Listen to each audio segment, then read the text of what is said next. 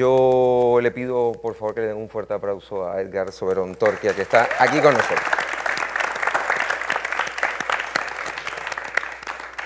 Yo estoy muy nervioso, Edgar.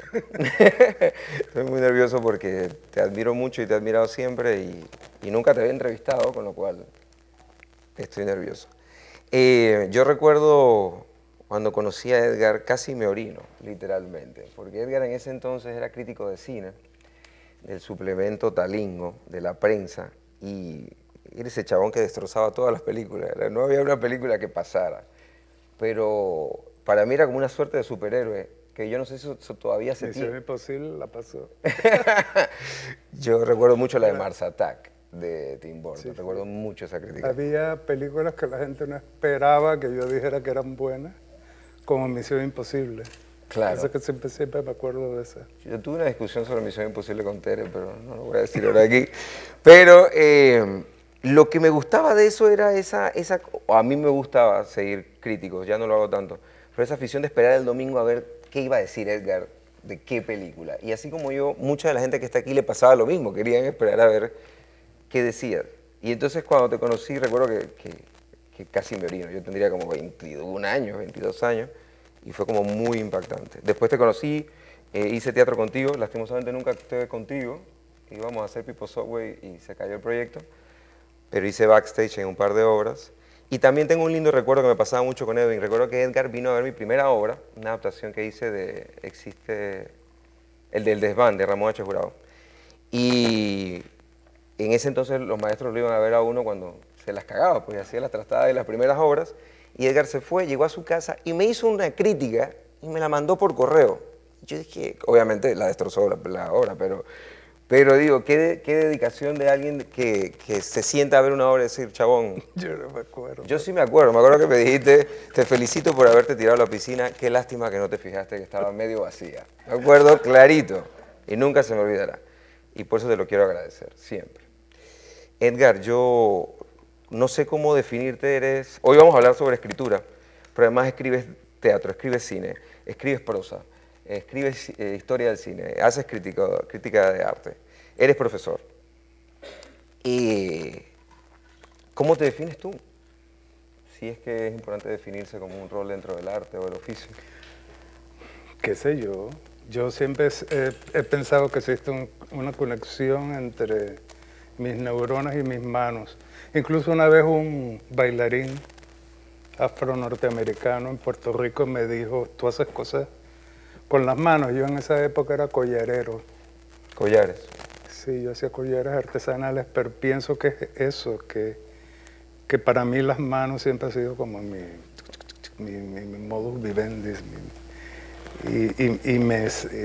Se me da escribir. Ok. Yo diría escritor, pero no me encasillaría. Yo te considero incluso más escritor. Escribano, si se quiere. Yo te considero más escritor, pero igual quiero hablar de tus inicios en el teatro, que ya vi que fueron universitarios, pero antes de empezar a hacer teatro, ¿ya había una vocación de escribir o la descubriste ahí? La idea de contar algo. Cuando yo estaba en secundaria, yo lo que hacía eran como unos paquines, utilizando era muy loco porque yo usaba el formato widescreen. Yo cogía una página 8,5 por 11, la partía por la mitad y hacía cuadritos en Cinemascope, que era la moda de aquella época, y contaba historias a través de esos paquincitos que eran populares entre los compañeros de la escuela. Algunos eran versiones dibujadas de películas que yo veía y otras eran inventos, historias propias. Ok. Y antes de hacer, por ejemplo, ya desde chico, ¿había esa fascinación por el cine antes de haber hecho teatro, antes de haber decidido estudiar cine? Cuando era muy chiquito, a mí me impresionaban las procesiones. Las procesiones. Y yo hacía versiones de las procesiones en la casa. ¿Cómo eran esas versiones? Hay una cajetita de zapatos, ponía las vírgenes de mi mamá o una estampita y cosas. Yo me acuerdo que yo tarareaba, tan, tan, tan, tan, tan, tan, tan. Yo hacía la música, porque las procesiones eran muy lindas, eran con banda. Iba una banda detrás del Claro. el santo o la virgen o lo que fuera. Ok. Y luego, yo no sé por qué, mi madre me regaló masilla. Y yo comencé a hacer muñecos de masilla. Y había un, un espacio dentro del lo que llaman aparador, no sé si todavía se utilizan los aparadores, donde se guarda la vajilla y eso. Yo tenía un hueco reservado y en ese espacio yo hacía escenografías y movía mis muñequitos de masilla. Eso es chiquito. Ok. Y no tan chiquito, preadolescente. ¿Y la primera Ya experiencia? después como dejé de hacerlo. La primera experiencia teatral entonces en la USMA, leí. ¿O en la Sí, escuela ya habías hecho cuando algo? yo me gradué de secundaria, estaba cerrada esta universidad porque había sido el golpe de Estado del 68 y mi viejo no quería que yo me quedara vagueando entre el sexto año y primer año de universidad y me dijo tienes que ir a la USMA. Yo quería estudiar, yo no sé por qué antes cualquiera que quería dedicarse a las artes entraba a arquitectura. Entonces yo digo, yo voy para arquitectura, pero como esta estaba cerrada, entré a la USMA y por una locura que me dio me metí a ingeniería. Yo no aguanté ni un semestre, me metí a literatura. Yo tenía una conexión con un profesor del colegio de mi secundaria que conocí en sexto año, que nos puso a leer toda la literatura importante de la época panameña. Y él me guió un poco. Él como que me empujó a escribir. Y yo no sé por qué te estoy contando esto. Pues, No importa. Yo, cuando leí que empezaste en la USMA a hacer teatro, yo juraba... Entonces un día, Ajá, dale. una compañera una señora que presentadora de televisión y realizadora que se llama Vilma Barba, me ve y me dice, ven, hoy hay unas reuniones de teatro y yo creo que tú tienes alma de teatrero, ven, únete. Y era un cura, era un jesuita que iba a empezar ese taller de teatro en la USMA y era muy loco el jesuita. Yo entré de lleno, yo no me quiero salir del entorno panameño y decir que yo soy muy especial, pero es que yo no tuve la formación que tuvieron muchos gente de mi generación, sino que yo entré de lleno como en el teatro, el living theater, la cosa esa loca que había a fines de los 60 y de los 70, del teatro, de la creación colectiva, es una cosa muy diferente al teatro más formal que yo creo que tuvieron mis compañeros con el padre Condomine, con Miguel Moreno. ¿Y dónde ocurría ese aquelarre así aquí en Panamá? En la USMA. Esas Que es lo orgías más loco. teatrales en Era USMA. Con un jesuita, además. Sí, mira y qué este interesante. cura era protegido de Monseñor Magrat. Hicimos ¿saben la iglesia que está al lado del Arcochato, que era un museo? Ahí yo hice mi debut teatral como actor en el papel de Jacobo. Hicimos Jacobo, la sumisión de Ionesco. Pero después que hacemos Jacobo, este hombre, Gustavo Escobar, se llamaba el cura, comenzó a escribir una serie de viñetas y yo por primera vez vi a alguien crear una obra de teatro sin seguir la línea aristotélica de comienzo a fin con los 3 actos, sino que era una cosa muy loca, eran distintos cuentos. Incluso yo hice cosas que yo no entendía. Yo hice un soldado de Vietnam en esa puesta en escena, en esa obra que se llamaba La Cama. Fue en el Teatro Nacional. Y fue bien interesante, pues fue esa ruptura bueno, no había ninguna ruptura porque yo no había hecho nada antes dentro del teatro tradicional. Fue como, ¡pum!, mira este mundo que tiene múltiples posibilidades y métete en él. Después ya participé sí, en obras más tradicionales. Y luego después de La Cama hago La Cantante Calva, de Ionesco también. Y la anécdota de La Cantante Calva es bien graciosa porque La Cantante Calva tiene 6 personajes y faltando como una semana para el estreno, o 2 noches, qué sé yo, el director, que era un argentino muy loco, que llegó por el tapón del Darién, y lo acogieron en la USMA. Al cura yo no sé para dónde lo mandaron. Y bota a dos de los actores. Son los Smith, los Martin que vienen de visita, el bombero y la criada. Y entonces el argentino Rafael Ducat bota a los Smith. Y entonces, ¿cuál fue la solución de Rafael? Los actores que hacían de los Martin también hacían de los Smith. Entonces yo imagino, hay un momento que se encuentran cuando los Martin llegan y se sientan con los Smith, pues estos dos actores decían los parlamentos de la... Cada uno estaba interpretando dos papeles a la vez en el mismo espacio, era como muy... Bien, para decirlo bien panameño, bien ñame. Y yo hice del bombero. Y Dani Calden, que es un actor de larga trayectoria en el teatro popular, no sé si lo conocen, ya debe ser muy mayor. Dani era la criada, así que fue una locura. Más allá de tu propia experiencia, a mí me gusta que, de cómo fueron tus inicios, a mí me gusta también que la gente me cuente cómo era hacer teatro en ese entonces, porque no tengo referencias de mucha gente, pero no me puedo imaginar Panamá en los 60s, en los 70s, los milicos en el poder, o sea, como todo el contexto. ¿Cuál era el escenario artístico en Panamá entonces? Yo no sé, yo te puedo hablar de lo que yo hacía. Yo creo que en alguna vez fui a ver La Zapatera Prodigiosa del Teatro en Círculo, cuando el Teatro en Círculo no tenía teatro, y era como, creo que no me acuerdo cómo se llama la calle que es paralela a la vía argentina. ¿La Navarro? Esa. Yo creo que por ahí hacían teatro. Había un teatro por ahí. No, era como un apartamento, no me acuerdo. Y también vi La Tía de Carlos. Era un teatro, lo recuerdo como un teatro muy formal, muy académico. Luego que hago La Cantante Calva, por La Libre, con un amigo mío montamos Historia del Zoológico de Edward Albee, y yo sí me acuerdo que como que no prevendíamos, la gente iba. Incluso cuando voy a Puerto Rico y regreso en el 70 y pico, la gente todavía iba al teatro. No había que prevender, o sea, la gente iba voluntariamente. Además, el precio era muy accesible.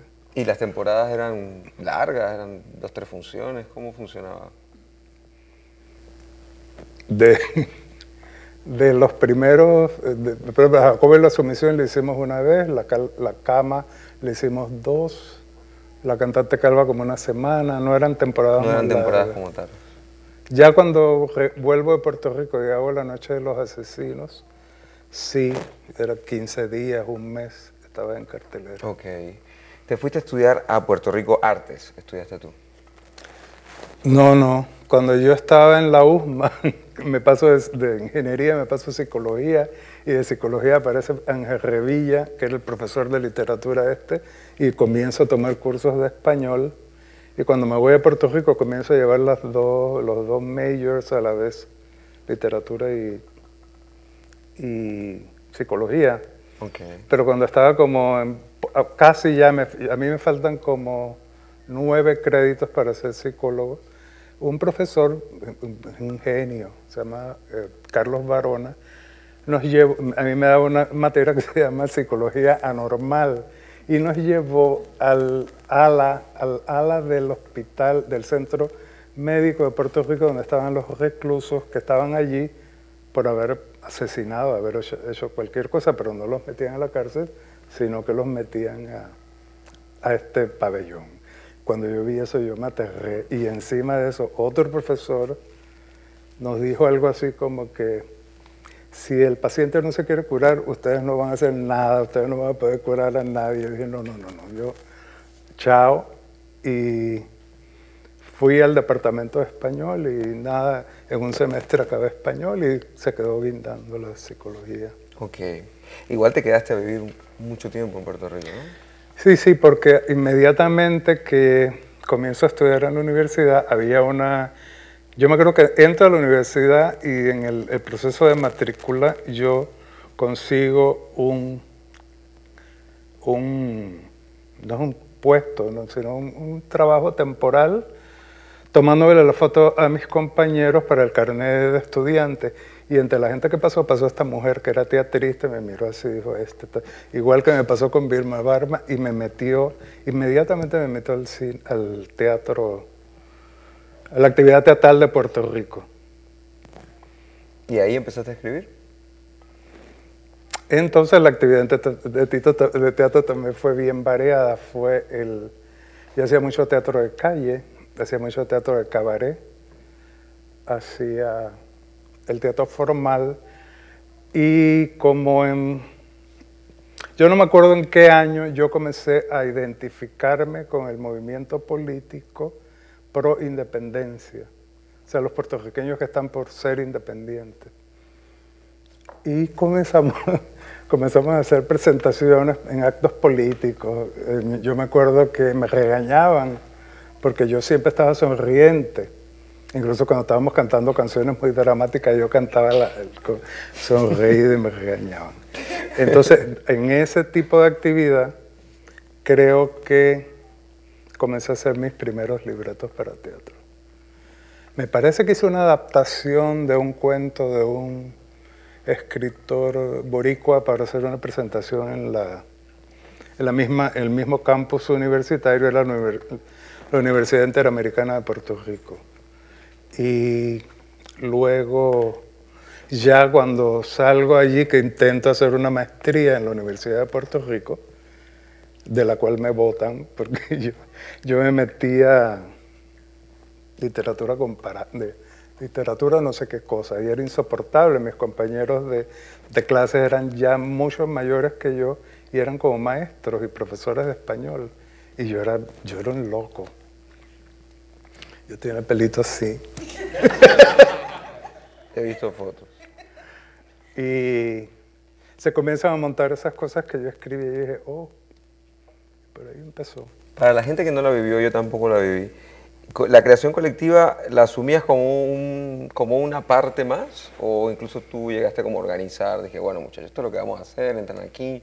¿Cómo era? No, yo todo el mundo opinaba. Yo participaba en la creación colectiva. Siempre ha existido la creencia de que no hay quien dirija. No, en la creación colectiva hay alguien que guía esa creación colectiva. Y en esa fase yo no dirigía directamente, yo era parte del colectivo que contribuía. Okay. ¿Cómo fueron esos primeros encuentros con la dramaturgia? Yo la otra vez con Edwin aquí hice el chiste de que yo cuando empecé a escribir y cuando empecé a dirigir lo quería romper todo, todas las reglas las quería romper, y Edwin me decía, tienes que aprender las primeras y después las rompes. En tu caso tú eres mucho más de rupturas a nivel de dramaturgia, de rupturas contra la estructura aristotélica y ese tipo de cosas, pero ¿qué te pasó cuando empezaste a escribir? Digamos? No, yo creo que es mi naturaleza. Por ejemplo, a mí, toda la vida yo tenía dos estigmas. Edgar fumó marihuana. Míralo. Y era mi cara, era mi apariencia, le daba a la gente la sensación de que yo había fumado marihuana. O sea, que yo había llegado a un lugar trabajo. Y la otra que era comunista, yo nunca me había leído el manifiesto comunista, así que yo era marihuanero, comunista, homosexual, yo era lo peor que podía haber. Pero, si eso les ayuda de algo, yo soy acuario. Y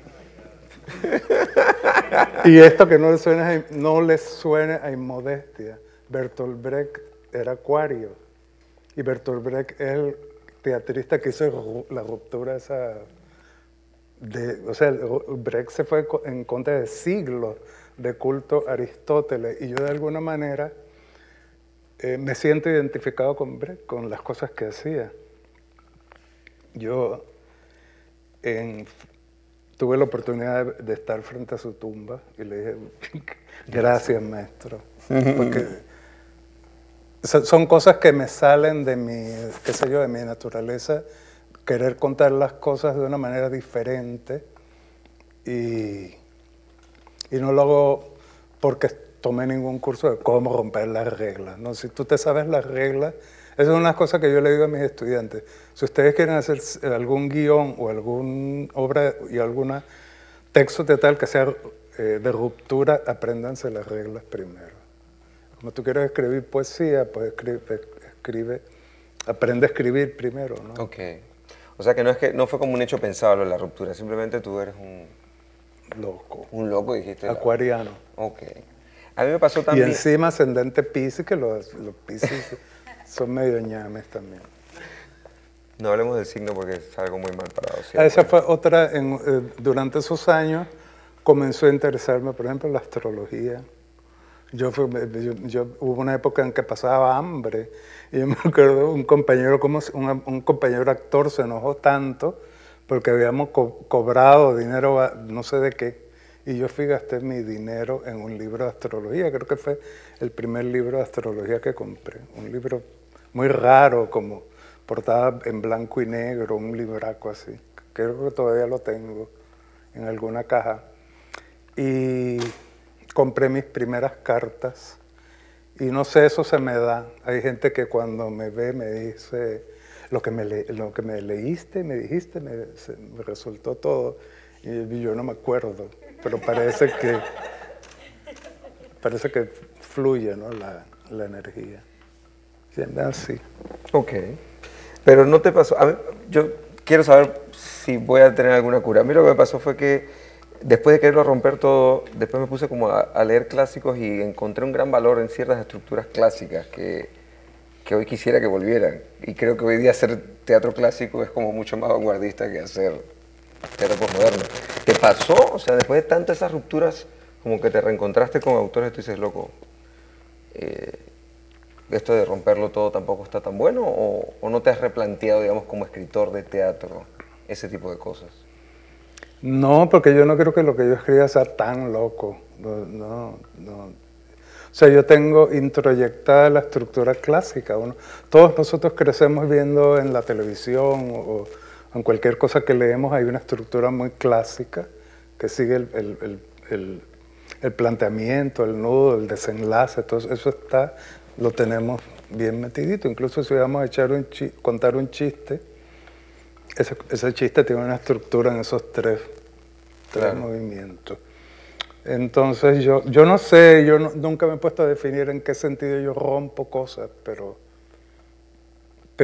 ya yo no puedo escribir de otra manera. Yo no volvería a retomar la estructura clásica.